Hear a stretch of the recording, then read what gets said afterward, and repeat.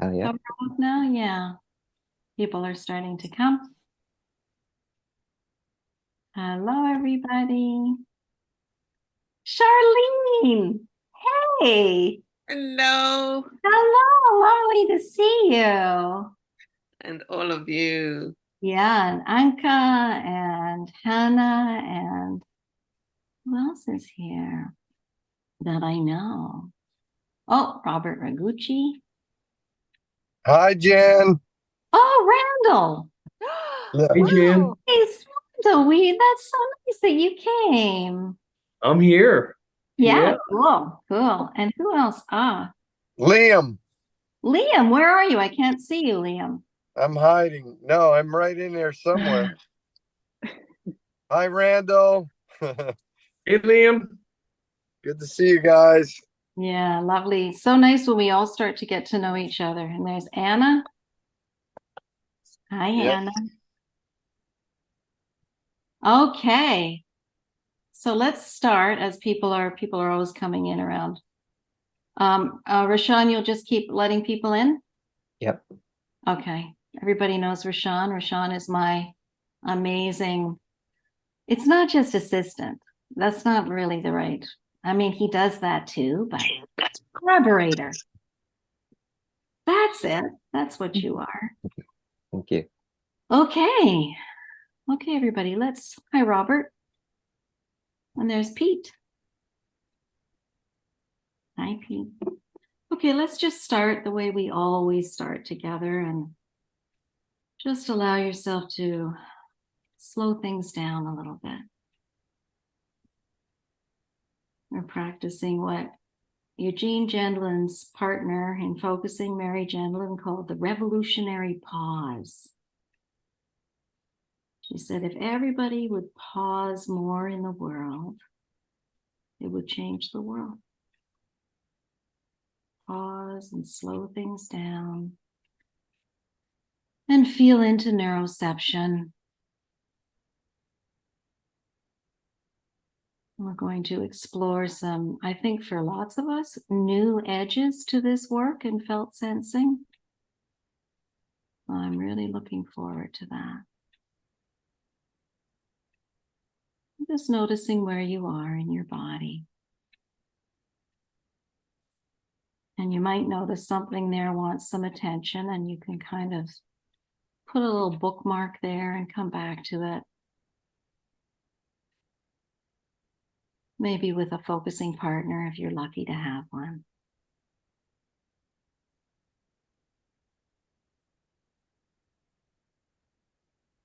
And then just noticing what curiosity, what you might want to ask about in our next hour together. We'll have some time at the end for Q&A.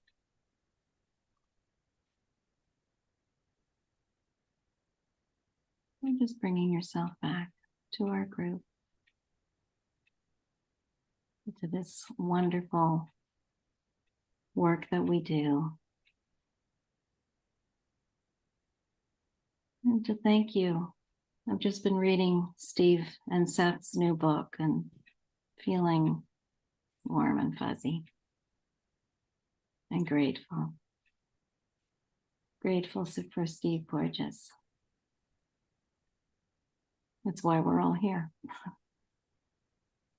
Okay, so in reading over the introductions from Marika and Stevie, I decided to really invite them to introduce themselves to you because I think a lot of how they identify is a very important part of the work that they do. It really tells you a lot about what we're going to learn about today. So I'm going to turn it over to Marika Heinrichs and to Stevie Joy Leigh. What an amazing name. Stevie Joy Leigh. Wow. And then we'll get some interaction going and through the chat and whatever, and come back as a group to be able to interact. So shall we spotlight Marika and Stevie for now?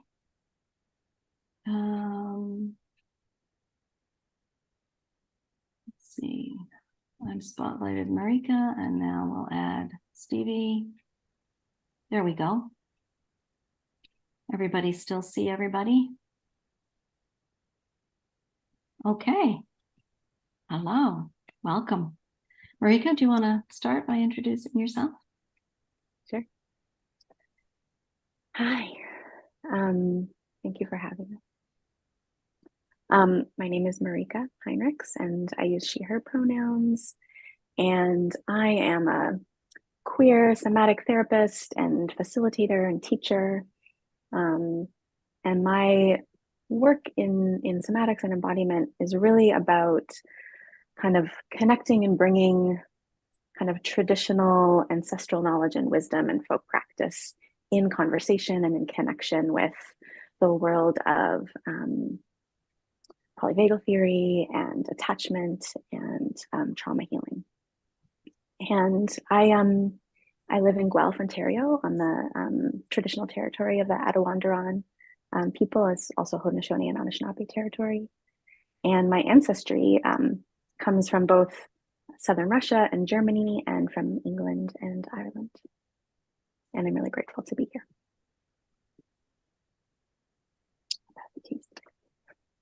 There we go. Yeah, thank you so much for having us, everybody. I'm going to just take in a couple of faces because it's really nice for me just to see who's in the room. Beautiful.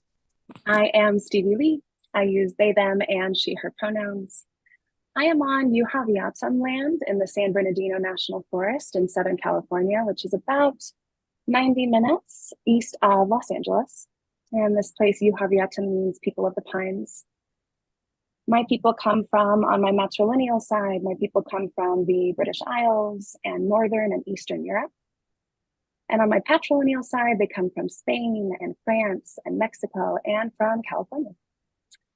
And I am a Hakomi trained somatic practitioner, and I really work at the intersections of body-based trauma healing and ancestral reconnection and ritual work.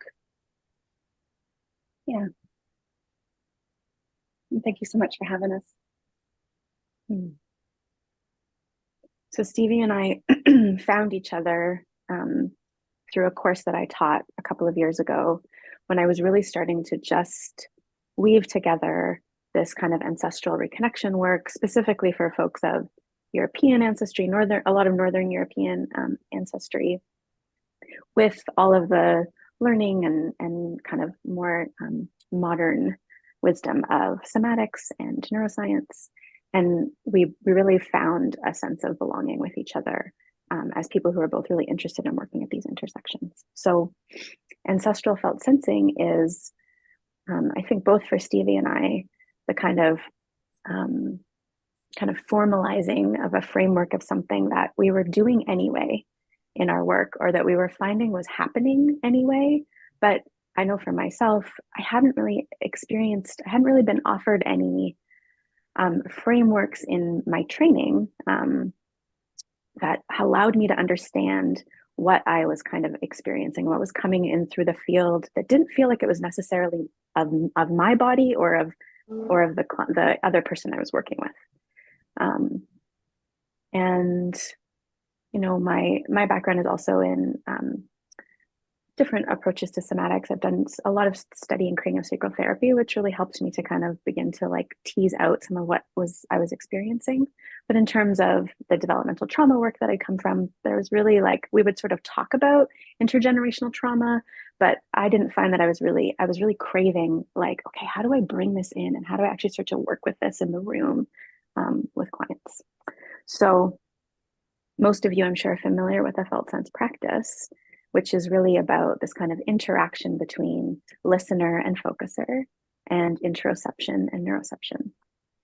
And ancestral felt sensing works with that as the kind of center.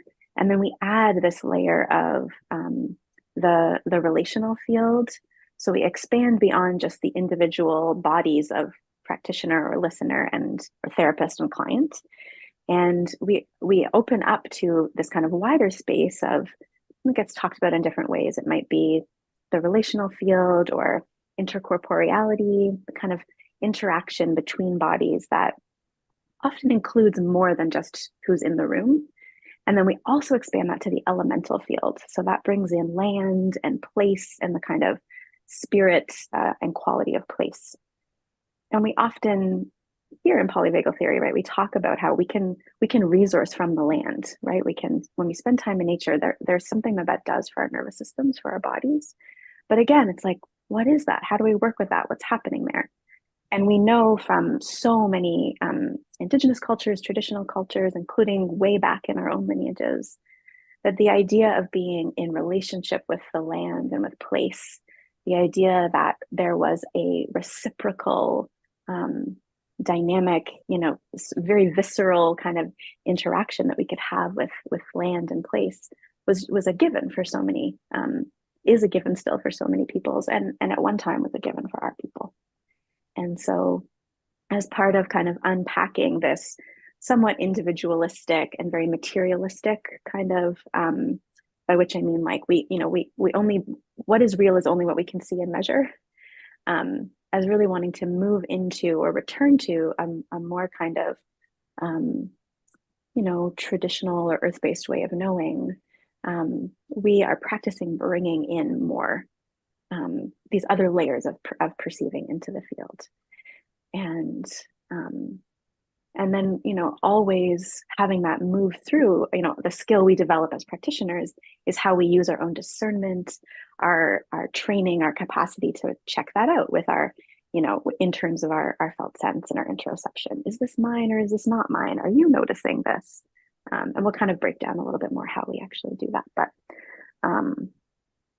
and then the last piece I'll say before offering Stevie the opportunity to add anything is just that I think in particular for folks from, the dominant culture, and for people who are both white and come from European lineages, there's something really particularly important about recognizing that these are ways of knowing and being that have actually been very intentionally cut off from many of us, right? That, like, most of us come to somatics because we feel that, like, yearning, longing pull for something more, something deeper. There's a very really like a deeply spiritual quality to this work, even if we don't practice inside of any particular spiritual framework. We all know that feeling, I'm sure, in a session when something a little bit more than the two of us starts to happen, starts to take over, kind of carry us and hold us. And that is that kind of quality of experience is all of our birthrights. We deserve to feel that sense of belonging and being held in this kind of wider collective field. And as we invite that in to the therapy room or the treatment room or whatever context we work in, we can also expand to historical and cultural material and context that really helps us to understand what's showing up and what we're noticing in the present, in a way that helps to provide a context and explanation that can be really depathologizing of our individual responses, and also offers us more agency and choice in terms of how we want to show up differently. So that's where there's something for me really powerful about this kind of intergenerational or ancestral work, because it has an impact on the here and now and in the present. We're all seeing in the world the impacts of unresolved intergenerational trauma, right? And so how do we work with that? So this is our attempt at offering some tools and some framing around how we do that. And I want to ask Stevie if there's anything you want to add. There's so much that we could say about this practice. But. No. Yeah. I think the only thing that I would really add to that is that this is something, like Marika was saying, this is something that we all have access to. This is something that we all sort of, we were all brought into this field because of that yearning that you just spoke to, Marika. And so this is something, we already have these receptors. They're just kind of dormant. And so this work is really kind of enlivening and waking up these dormant receptors. And that's what we're practicing here. And when we're able to do that, and we're really able to sit in that seat and feel into, and be able to actually identify, there's something old here. There's something continuous here. Ooh, the land is here. When we're able to really name those pieces, it just helps us to be really, really solid in our seat with our clients. And I think that's all I'll add at this particular moment.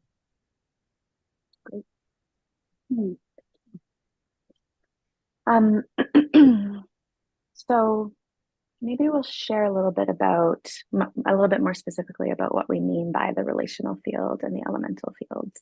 Because these are words that kind of get used a lot, but we want to be, one of the things we really practice doing is people kind of, Stevie has a bit more of a background in spiritual work than I do, but is like getting specific about what we mean. So we're not just kind of floating around, right? We know with trauma work, it's really important to anchor what we're saying in in specificity and in context. That's how we work safely with this kind of what can feel sometimes amorphous. So yeah. And I'm happy to take that. I'll sort of define both the relational field and the elemental field.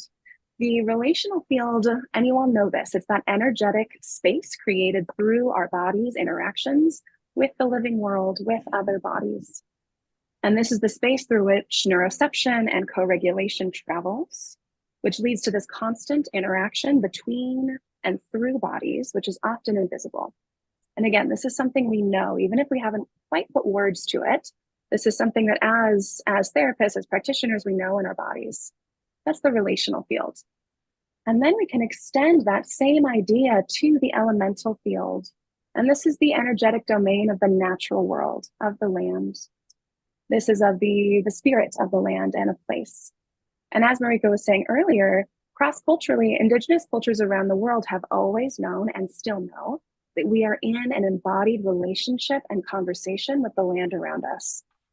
And so in Embodied Ancestral Inquiry, we practice ancestral ways of knowing that are rooted in pre-colonial Europe, but this framework is really used across cultures. I want to see if that lands, if that translates. Marika, would you add anything to that?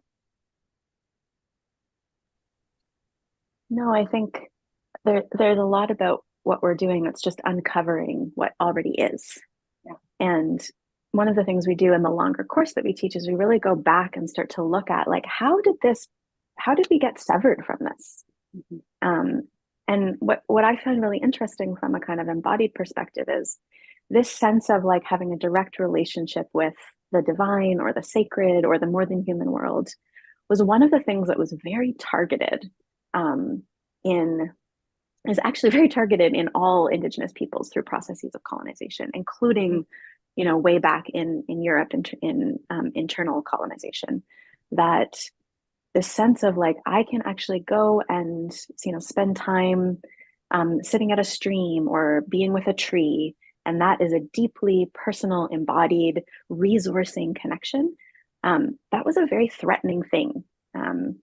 And that was very intentionally targeted and separated. And there's some really powerful and brutal stories about how people's connection to the elemental field in particular was really, over many years, over a lot of time, really intentionally kind of broken. And so I think of this work as a process of like remembering what we've forgotten. That like, as we start to do this kind of practice, there's something that often kind of wakes up or comes up and recognizes, or there's a familiarity with this because it's actually so much older and so much longer that we've had that connection than we haven't had it, which I find is an incredibly like supportive thought to hold on to. Yeah. It really is reclamation work that we get to do. And that ends up feeling, there's a lot of grief that comes along with it. There's a lot of study that comes along with it, but there's something that's very empowering. There's actually something to reach back for. And that's really stabilizing. So maybe what I'll do for the visual learners is share a slide that kind of visually represents some of this. And then I'm going to talk a little bit about specifically what we kind of track for. And then we'll invite you all to do a practice with us. So I'm just going to share my screen.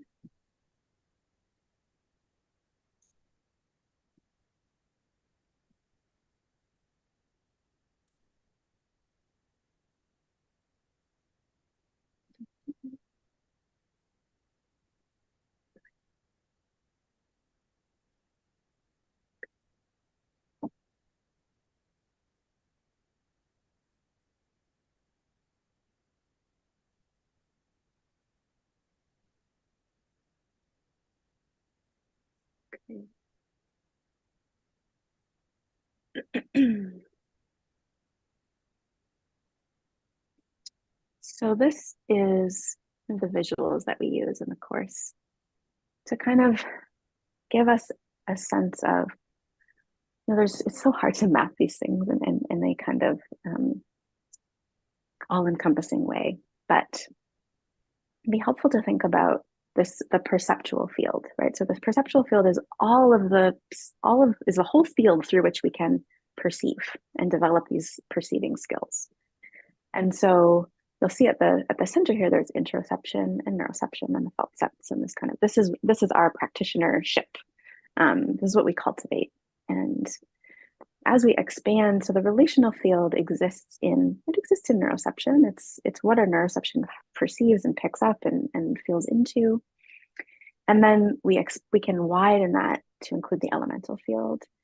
And intracorporeality, if you don't know this word, is a word that I really love, but it also it can be kind of, I guess, academic, but it comes from phenomenology and is this term that really relates to the third space that is created through the interaction of bodies.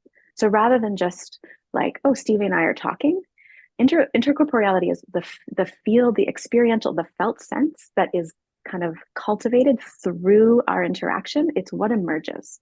So for body workers, we experience this a lot. It's like you have your hand on someone's heart and there's this like wave of sadness that you both feel. And you're both sort of like, do you notice that? Can you feel that? Let's check that out together.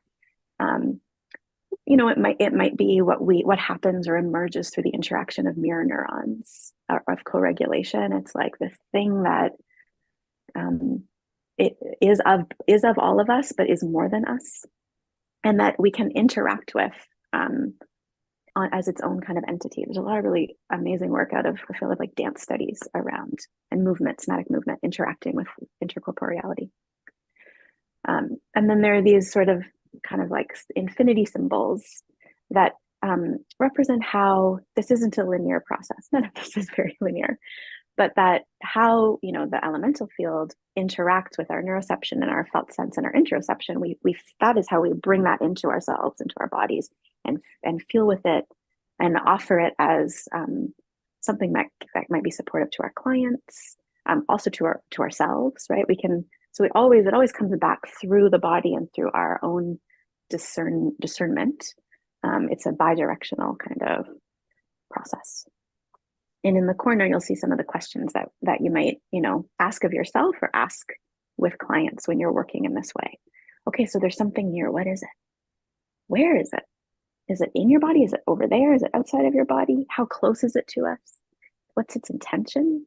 Does it have a positive or a negative intention? Is it from this lifetime or another lifetime? Is it mine, not mine? I ask that a lot of myself. Like, is this mine? I don't think this is mine. And then I might ask, are you noticing this thing? How old does it feel? Can be a really powerful question. Sometimes something comes up that just feels so much older than our lives or than our clients' lives. Mm-hmm. That's a really helpful tool, I find. And is it familiar, unfamiliar? Yeah, so that's just a bit of a map. And we're happy to share these slides afterwards if people want to be able to see them. Is there anything you want to add about this, Stevie, before I shift to the next slide? I think so. I think that was really complete and robust, Marika. Mm-hmm. Okay, so as we start to kind of shift into doing some practice with this, I'm going to offer what we talk about as domains of perceiving. So what do we mean when we say this?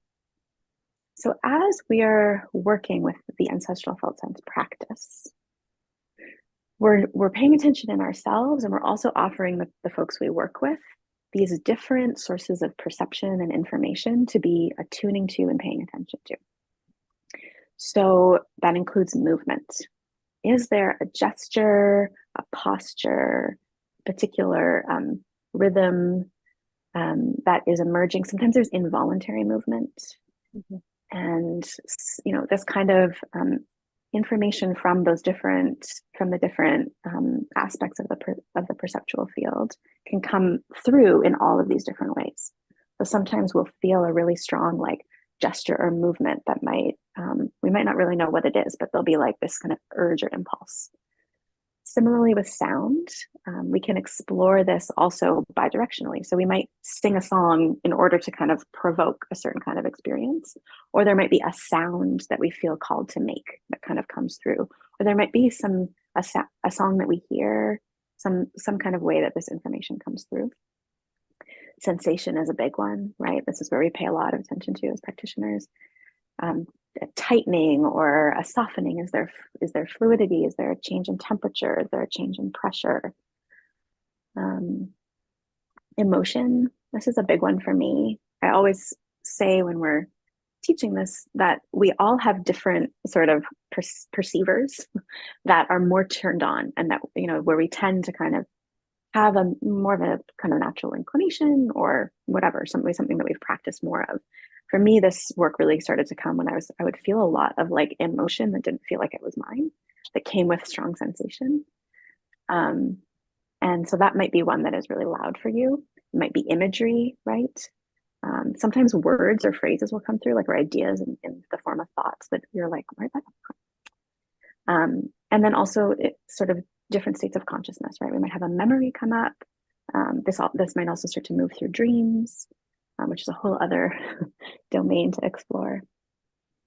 But these are some of the pieces to kind of keep in mind about where do you feel more drawn, more comfortable, more familiar, and where is it like, I don't know even what that is or how I would experience that. So there's this pairing of these kinds of perceptual information, and then, you know, feeling into where we're picking up on that in the field around us. And just to say, there's not usually a right or wrong answer to this stuff, right? It's all like experiment, and it's collaborative, and it's relational. So we offer, right? We can check it out, right? We can ask, are you noticing this? How are you noticing this? Let's kind of like experiment with it together. And something I would just add to this, especially with when doing this work with clients, you know, we all have this background where we are feeling into, okay, what is here? What are the sensations? What is the emotion? We're not as focused on what we can see with our eyes or the visual, but for clients, that's something, especially when we're working in the ancestral realm, there's a lot of focus on seeing with the third eye or visioning something. And when that doesn't happen, there's this disappointment. And so something that we really want to do with clients and with ourselves is to notice what else is present, what else is possible. These are all forms of communication and connection. And just sort of divesting from that Western idea that like visual, if I see it, that means it's real. And if I don't see it, that means it's not real. It's an important piece here. Totally, thank you. Yeah, yeah. And it's a lot of where this work came from was that we felt we really wanted to offer an embodied way of doing this work that wasn't just like, I've learned all of these things about my family tree. Yes. But actually, like, where does this live in us? How do we feel the epigenetics of our people in our bodies through embodiment? So yeah. So we're going to move into a little bit of a practice, and I want to show you and actually pause here and say, now would be a good time to grab a pen and paper if you don't have one already. I see we have a question. Do we want to pause and answer this question before moving into the practice? That feels okay for me. Yeah, let's do it.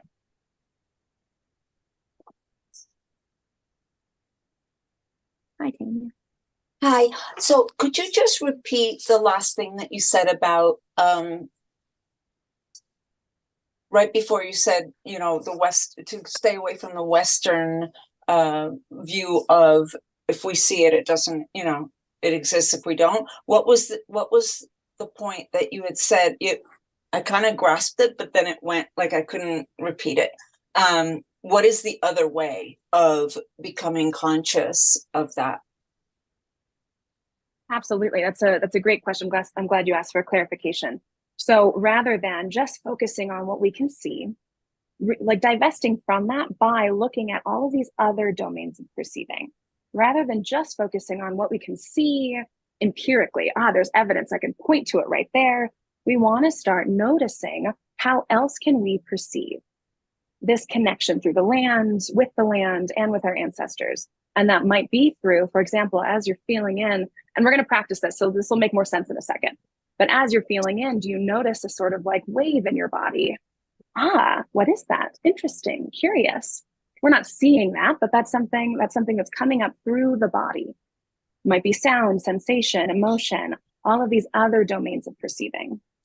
Does that clarify and Yeah, I can see how that would work with, sometimes with clients, we go, okay, we're in the body, and then it's like, what do what is the feeling of the sensation? And what you're offering is there's so much more yes, that we could grasp to give us an access to what it is that's actually going on. yes, instead of just seeing it, or just like Marika said, knowing the facts. This gives us a much more embodied way of being with this information. Yes. Yeah, thank you. Absolutely. Thank you for asking.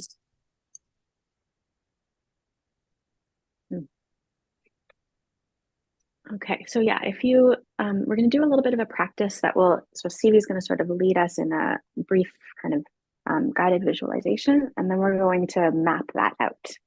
And so it's helpful to have something to write with in order to do that. So we'll just take a beat here to find some writing utensils.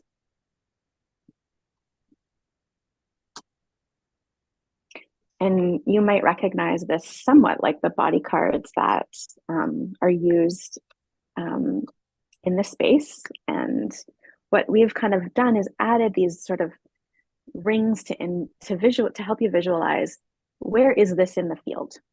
So try not to think too much or worry too much about anything that we've said. And really feel into, sort of mapping how close or far away the different like thoughts, images, emotions, sensations that come through, like where do they feel like they are in proximity to you? So that's what we're going to be kind of moving into. So I'm going to stop the share, and I'll guide you through for all the prompts for all of that part afterwards. So. And I'm also putting them in the chat. Don't look at this yet. We'll do it afterwards, but I want you all to know that it's here and not just on a slide and gone. So there we go. Perfect. Yeah, so I'm going to invite you all into a practice now. And you can kind of sink into your seat a little bit. You can close your eyes or just soften your gaze, whatever feels best for you today. And remembering that you always have choice. Anything that I offer is truly just an offering. And you get to decide and discern if it's right for you and your body in this moment, on this day. And if you need to modify something, please modify it. And just all sort of land together, drop into the body, becoming aware of gravity, and becoming aware of the seat of your body and how it meets the seat you're sitting on. Becoming aware of the feet and the surface that your feet are contacting. Just starting to notice the breath. No need to alter it or pattern your breathing. Just noticing. And maybe as you breathe, you begin to send down roots from the soles of your feet into the earth below you. This land that you're on. Allowing these roots to get wide. With each exhale, sending these roots down deep and vast. Breathing these roots down through the layers of the earth. And pausing here to just feel that connection.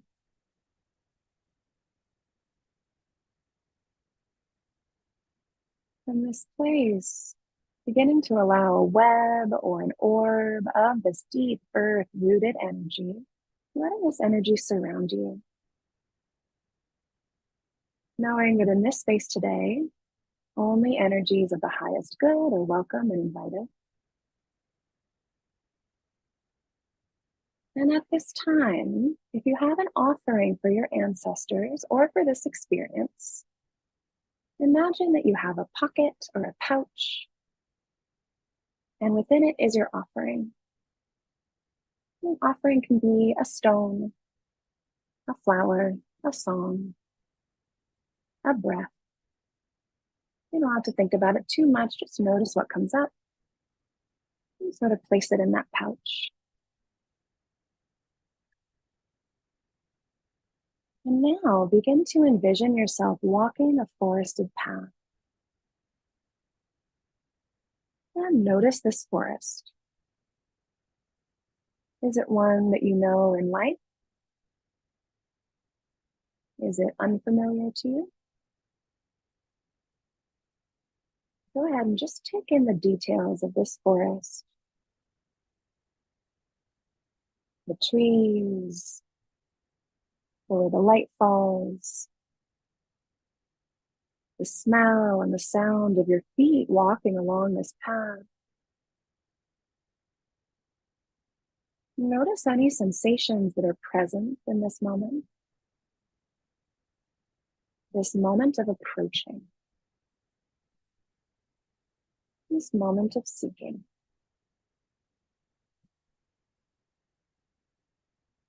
You begin to approach a clearing ahead, and you can see where the trees are about to part. There's something inviting about this clearing, but notice what wants to happen here.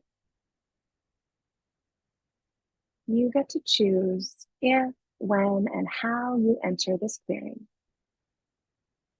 You won't be entering together today, but just approaching the entrance. So you feel into what that might look like for you. Perhaps you want to enter with a breath or a song or a leap. Maybe it feels best to just stay right outside of the clearing, and that's okay too. Just notice what this moment is like. Notice if there is a shift here at the edge of this clearing. Notice what the air feels like. And here we get to pause for a moment. Just noticing.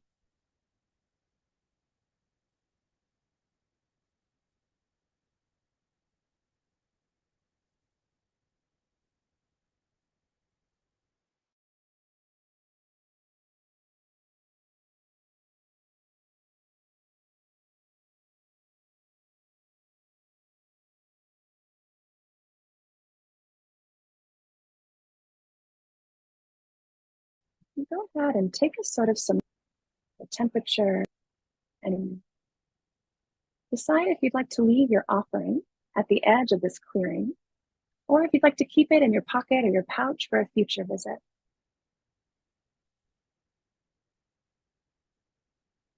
And when you're ready, we'll leave this clearing behind. Back into the forest, feeling your feet on the ground below you. Noticing the presence of the trees.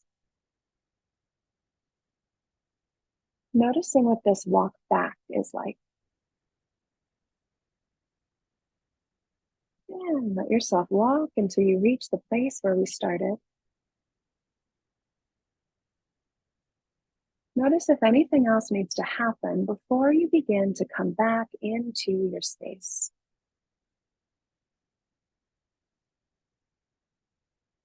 Into this time and this place.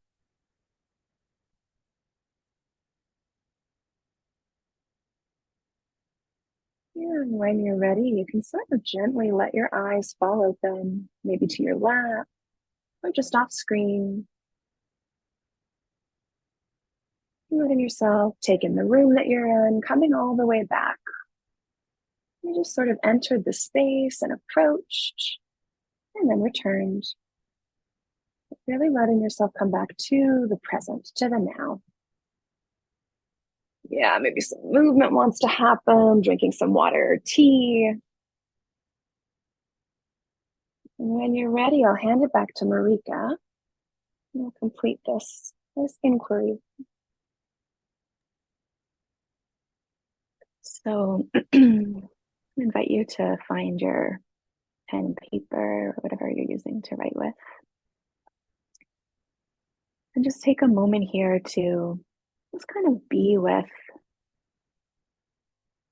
the whole of that experience. We've just done this kind of brief journey together. We're just going to take a moment to kind of map that out. And so you can just check out what's here, if there's a mood, kind of quality, sensation. And the way that I like to do this is to draw a really simple outline of my body. And then we have those just kind of different prompts of images, memories, emotions, and thoughts. We'll take some time here to map those out. And as you're doing that, really asking these questions. Is this mine or not mine? How close or far away is it? Is this familiar or unfamiliar? And without applying too much of your kind of thinking brain, really intuitively mapping onto your piece of paper through those kinds of concentric circles, how far away or close to you is that sensation, emotion, thought? Just take about 5 minutes here to get a kind of snapshot.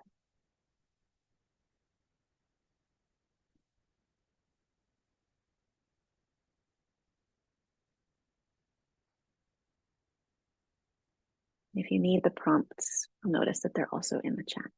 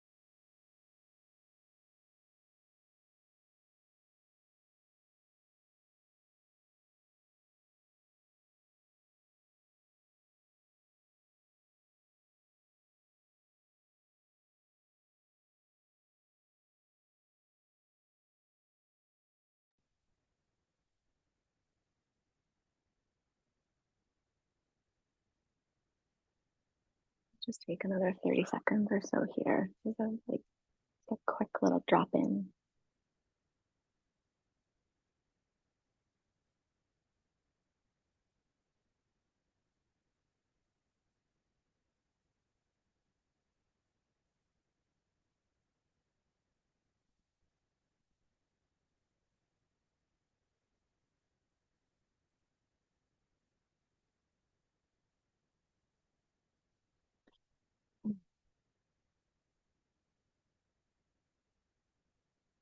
So we have time for questions, and I would love maybe to start with just hearing from a couple of folks about how it was to do this practice. And then, yeah, we can open things up for questions. How about we stop spotlighting you so that we can all be in the big group together? Is that good? Yeah, it's much nicer once that piece is over. To bring you back. Here we go. Whoops. Okay, everybody back? Great, Anka's got a question or a comment. Actually, I don't have a question. First, thank you so much, because this just opened something in me. My perceiving receptors just went like, woo. So, yeah, that was quite interesting, because at that edge, there was like the universe in like a rush hours, like so much information floating around. And I felt like a little energized, and I could sense that it could be overwhelming. But when I went back, I noticed that I have the skill, or I developed a skill over summer, to stay with me and selectively see what I want to perceive. So this is a big one, because a lot of years, this information I perceived intuitively was overwhelming, and I didn't know how to deal with it. So yeah, thank you so much for sharing that, because that helped me a lot today.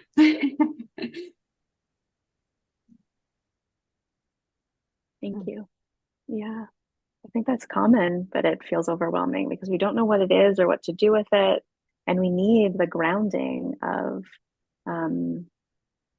yeah, the discernment and the anchoring in our own experience and our own bodies to be able to build some trust and some safety with it, for sure. Yeah. Stevie, we lost you for a minute, but you're back. Yeah, we've got some wind here today. I'm glad it didn't happen sooner. So yeah, thank you all for your patience. Yeah. Thank you so much, Anka. I only heard the very beginning and you naming that you got to the edge and there was a swirl of information. But it's just so beautiful to do this practice, just kind of dropping in, noticing what it's like to even approach. And that in and of itself looks so different for everybody. And Marika, you might have said something to that effect while I was gone, but I did want to name that piece. Thank you. Robert, I thought of you as Marika and Stevie were describing, as touched a little bit on this fourth circle idea that you have brought to my attention. So people know about this. So we have a 3-circle practice around trauma and addiction. And Robert said to me, we need a 4th circle. It's bigger. And as soon as you said that, it was like, of course it is. You're right. But anyway, tell us what came for you. Well, just to comment on what you said, I really love the infinity signals going in and to the center and out to the infinite, if you will. But actually, I was curious about one instruction you gave, and it seems like there's a lot to it. And I wonder if you could say more about how that's done. You, in the invocation, said only positive energy is allowed in. And that's like, it's part of an intention, and yet, wow. I mean, how is that done? Because the positive and negative energy are not two. So what about this selective openness? And could you say more about that? Absolutely. And I'm really glad that you caught that and that you asked that question, because this is a group field and because this is a group that I am unfamiliar with. That's something to sort of move. Here you are. I lost you on the screen. I see you again, Robert. It's sort of to really feel into the safety of the container energetically and spiritually, feeling into, okay, for this moment, we don't want this to be a big moment where some ancestral lineage trauma starts to kind of like come to the forefront. That's something that we get to do in a smaller container, one-on-one with people, or in a very, very intentional group container where everything has been made very clear with everyone. Consent, boundaries, discussion of what we're doing here and what this work looks like is deeply important. And so while I wouldn't normally say that one-on-one with a client, it is something that I say in big group fields when I don't know everybody present. And about the mechanics, how does that actually work? I mean, because at one level you want an openness to whatever comes, but then you say, but not that. And I'm sure we're capable of it. I'm drawn to the how of it. Yeah, and the how of it, there is, I don't want to take up too much space here, Marika. If you want to jump in at any point, please do. But the how of it is something we're all still kind of figuring out. We're working in the energetic field, and there's something about naming the intention for myself as the person leading and for everyone else here to notice, ooh, if something big is coming up that I don't recognize, or that maybe feels like, whoa, that's a lot. There has been this thing named where discernment gets to be used. Oh yeah, we're only going to be with the good for right now because we're in this group space.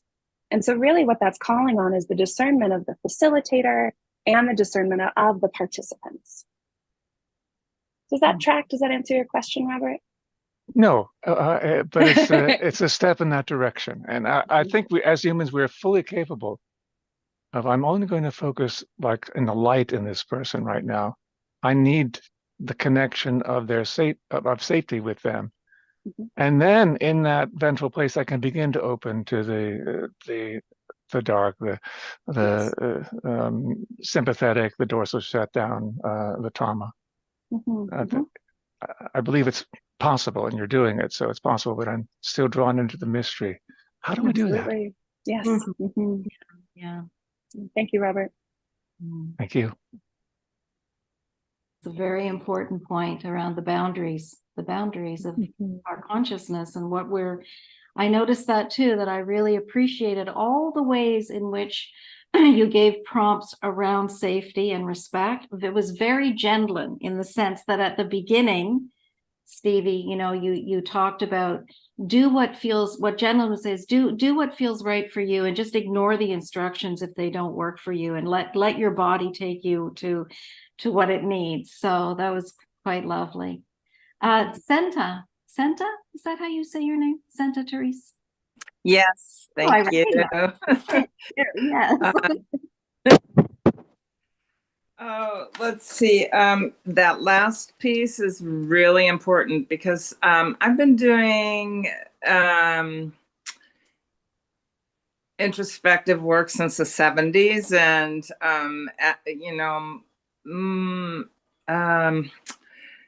and from that time, anytime I was asked to drum up a visualization of a place and stuff, I would go, oh no, because it would, I'm just not somebody that does that. But if I go in through sensation or something and something emerges, it's my something that emerges. I'm not like putting a layer of expectation on myself.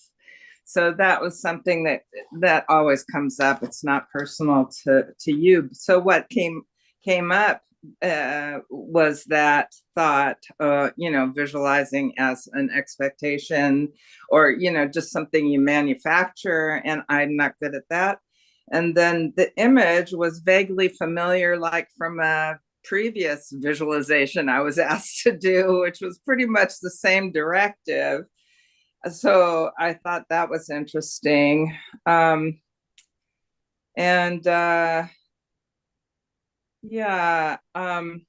my question is, I have been drawn to the body and body work, and since the 70s also, and have done a lot of deep dives of exploration. And the reason why was for self-inquiry, but also a deep feeling of disassociation in my body, and cut off body and mind. And it's still there after a lifetime of work in that arena. So now this whole other, corporate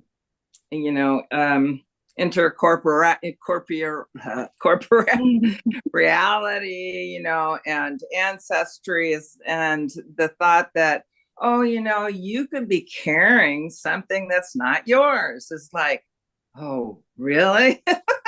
I mean, so in disassociation, you kind of make yourself an object, right? So anyway, I'm just kind of curious about if you have a level of disassociation, how do you determine whether something is yours or not? Great question. Well,